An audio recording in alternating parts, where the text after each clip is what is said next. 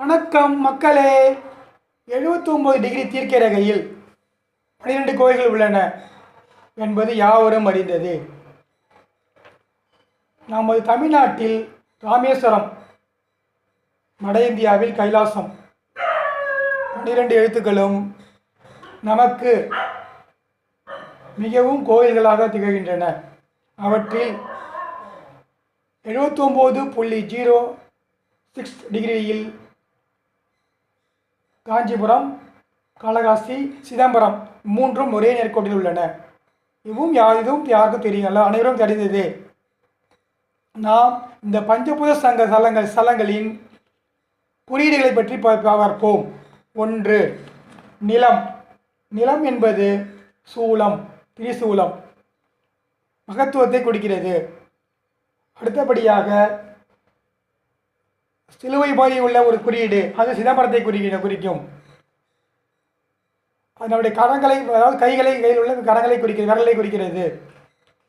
Because, therefore இரண்டும் சேர்ந்தது தான் காற்று, காளகாசி குறிக்கிறது. தாமரை, தாமரை பூ, திருவானைக்காவல் நீர், இதயத்தை குறிக்கின்றது. வீடு, ஸ்வஸ்திக், நிலம், நீர், தீ, காற்று, வாயு, ஆகாயம், இந்த 5ஐயும் குறிக்கும் வகையில் ஸ்வஸ்திக், திரிசூலம், சிலுவை, தாமரைப்பூ, பிகாஸ், தேர்ஃபோர் இரண்டும் இணைந்த ஒரு புதிய விதமான குறியீடு. நாம் இந்த குறியீடுகளை கோலங்களாகவோ இல்லை மற்றபடி பயன்படுத்தும் பொழுது நமக்கு அனைத்து விதமான தோஷங்களும் நிவர்த்தியாகி வாழ்வில் ஒளிமயமாக திகழும். கைலாஸ் என்பது மூளையை குறிக்கும். ராமேஸ்வரம் என்பது பாதத்தை குறிக்கும்.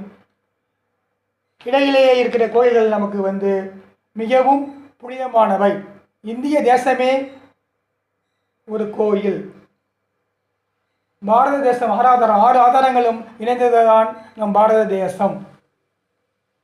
மூலாதாரம் என்பது சிதம்பரத்தை குறிக்கும்.